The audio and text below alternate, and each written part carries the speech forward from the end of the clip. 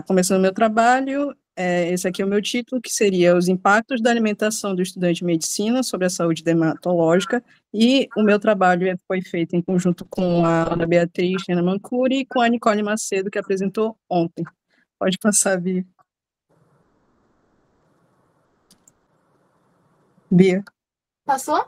obrigada, passou. Ah, tá. Primeiramente, eu acho válido recobrar as funções básicas do sistema tegumentar, que seriam as funções de barreira, termorregulação, defesa imunológica, função sensorial, e eu vou destacar agora a função de sinalização. Por quê?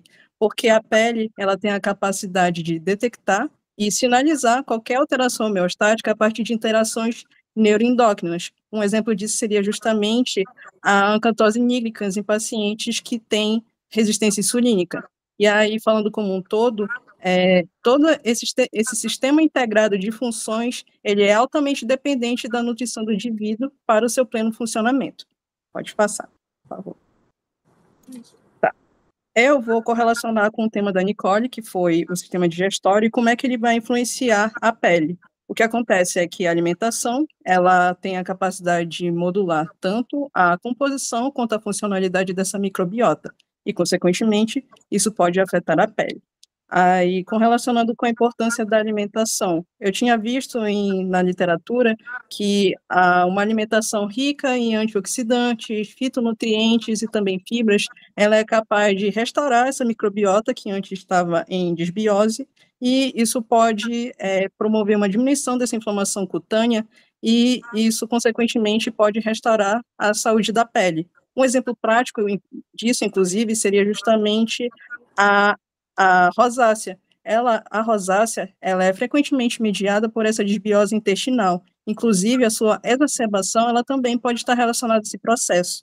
Mas, voltando à importância da alimentação, eu tinha visto em um estudo de 2024, se não me engano, que uma alimentação balanceada em conjunto com a administração de prebióticos e probióticos, ela se mostrou promissora para o controle da sintomatologia de algumas condições dermatológicas, como, por exemplo, a própria acne, que eu acabei citando, a dermatite atópica, a alopécia, que foram algumas dessas condições que a gente acabou vendo no nosso formulário, que estava bem proeminente entre os estudantes daqui de SESU. Pode passar, Bia.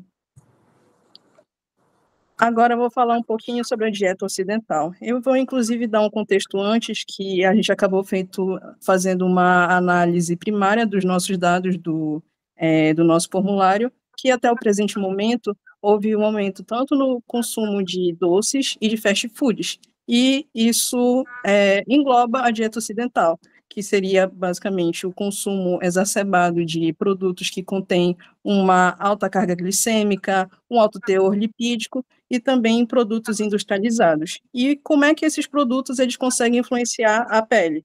Basicamente, eles vão aumentar tanto os níveis de insulina e IGF-1. Esses dois compostos, esses dois produtos, eles são responsáveis pelo aumento tanto da proliferação dos queratinócitos, e também existe mais essa exacerbação da produção de sebo. Isso, inclusive, ele pode até fazer uma piora na acne. Existe também um estado inflamatório crônico. Por quê? Tanto os açúcares quanto os lipídios, eles são responsáveis por fazer um aumento da produção das citocinas pró-inflamatórias. Isso pode acabar quebrando a homeostase daquela barreira que eu acabei citando no início, justamente porque isso deixa a pele mais vulnerável a infecções e também a processos irritativos, e pode acabar piorando aquelas condições que eu falei no slide passado. A acne, a rosácea, o eczema também ele pode ser piorado justamente por isso. Outro ponto que eu achei muito interessante seria justamente o envelhecimento cutâneo. Eu vou falar assim que tem duas vertentes, uma com relação ao açúcar e outra com relação às gorduras. O que eu quero dizer é que na presença de um alto teor de açúcar no sangue, isso vai acabar fazendo a promoção de AIDS, que seria os produtos finais de glicação avançada.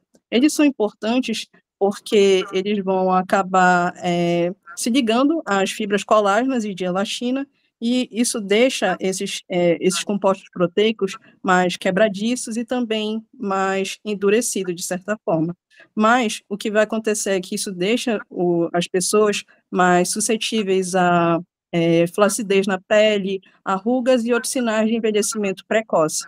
Agora, com relação aos lipídios, o que vai acontecer é que esse alto teor lipídico, ele pode alterar a composição lipídica natural da pele, isso deixa a pele mais ressecada. Além disso, ele também pode influenciar na oleosidade dos fios e também na saúde das unhas. Além disso, esse teor lipídico excessivo, ele também é capaz de aumentar a síntese de radicais livres, que vai degradar essa matriz extracelular, e além disso, ele consegue diminuir essa quantidade de antioxidantes que seriam protetores para a pele. Inclusive, eu vou citar um composto que seria justamente o ômega 6, que está muito presente nesses compostos que eu acabei citando, que tem um alto teor de gorduras que não são adequados para o nosso organismo. O que vai acontecer é que ele vai aumentar esse estado inflamatório e, consequentemente, vai degradar essa matriz extracelular. Pode passar, Bia, por favor. Outra coisa seria os efeitos do álcool, que também foi outra demanda que a gente acabou escolhendo para o nosso formulário. Os sinais e sintomas cutâneos que eu falo seria justamente a presença de prurido, eritema, também tem a presença de telangiectasias, icterícia, alterações pigmentares e outros fatores envolvidos, principalmente naqueles indivíduos que têm uma deficiência na enzima aldeído e desidrogenase do tipo aldeído desidrogenase 2, perdão. Isso vai acabar se tornando um risco maior para essas pessoas. E falando um pouquinho sobre a desidratação, isso vai acabar indo um pouco além daquele nosso estudo sobre como é que o álcool ele vai inibir a atividade do ADH sobre os rins.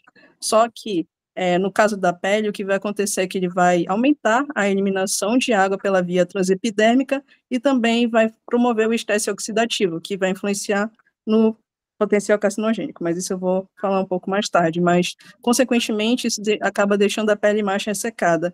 Agora, falando um pouquinho sobre o comprometimento da cicatrização, o que vai acontecer é que vai acontecer a metabolização não oxidativa do etanol, isso vai gerar ésteres etílicos de ácidos graxos, e isso vai acabar promovendo um efeito lipogênico nos sebócitos, e isso vai acabar atrapalhando, consequentemente, a cicatrização da pele desse indivíduo que está tendo um consumo exacerbado de álcool.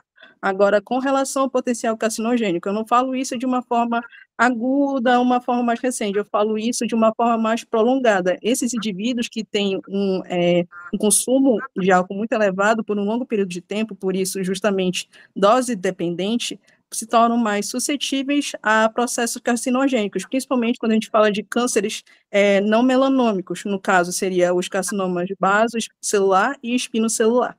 Pode passar, Bia. Agora eu vou falar um pouco sobre os efeitos do excesso de cafeína, e eu falo logo de cara o excesso, porque a maioria dos estudos acabam debatendo muito sobre os efeitos benéficos da cafeína sobre a pele, já que a cafeína ela tem fatores antioxidantes, ele também tem um poder anti-inflamatório e consegue prevenir o estresse cutâneo, mas poucos estudos acabam debatendo sobre o excesso de cafeína. Alguns desses efeitos seriam justamente alterações na microcirculação cutânea, justamente porque ele tem esse papel vasoconstritor e, consequentemente, uma menor quantidade de nutrientes e de oxigenação está chegando para os tecidos, principalmente a pele e também para os seus anexos, como os cabelos, as unhas, que se tornam mais quebradiços, mais frágeis. No caso da desidratação da pele, eu achei muito interessante porque eu vi que a cafeína ela tem a capacidade de antagonizar os receptores de adenosina a nível renal. Consequentemente, isso vai gerar uma vasodilatação da arteríola aferente renal. E, consequentemente, por causa disso, aumenta a taxa de filtração glomerular e uma maior quantidade de urina ela está sendo produzida. E, concomitantemente a isso, está acontecendo o aumento da natriurese, ou seja, uma maior quantidade de sódio está sendo lançada para o lumen renal e uma maior quantidade de água está sendo puxada. E, justamente por causa desse aumento da excreção de água, isso está gerando uma desidratação da pele e acaba se associando com a questão da microcirculação cutânea, já que, como está ocorrendo uma diminuição dessa volemia, uma menor quantidade de sangue, de oxigenação, de nutrientes está chegando para esses tecidos. E agora falando um pouquinho sobre a piora de condições inflamatórias. Isso porque o excesso de cafeína, ele vai gerar um aumento crônico de cortisol. e, consequentemente, aquelas respostas inflamatórias que estavam adequadas naquele indivíduo, elas vão acabar sendo exacerbadas, deixando a pele mais vulnerável a processos inflamatórios, processos irritativos e pode piorar aquelas condições dermatológicas que eu tinha falado no início. Pode passar, Bia. Tá. E agora a conclusão. A pele, ela é altamente sensível à qualidade nutricional e eu deixo um parêntese que ela consegue sentir essas alterações homeostáticas de outros sistemas. Eu citei o sistema gastrointestinal, mas eu também consigo correlacionar com o trabalho da Bia, a parte do trabalho da Bia, já que a gente sabe que a parte emocional, ela também consegue alterar essa homeostase da pele, e a gente consegue englobar tudo isso, já que, como eu tinha falado no início, essa dieta ocidental, além de ter uma maior praticidade, ela também transmite muito conforto, já que acontece essa liberação de glicose, uma maior quantidade de serotonina, ela está sendo liberada para a gente. E agora, outra conclusão que eu tive é que a literatura, ela ainda é muito restrita, que acabou ressonando com o que a Bia tinha falado sobre a questão da literatura, que ela tinha citado no trabalho dela, mas eu vou falar principalmente da minha parte. Eu tive muita dificuldade em achar uma literatura que falasse sobre a pele e correlacionando com a questão dos estudantes de medicina. São poucos estudos que tiveram essa visão de como a alimentação desses estudantes poderiam influenciar a saúde da pele, e eu vou também puxar para a cafeína, como eu tinha falado no início.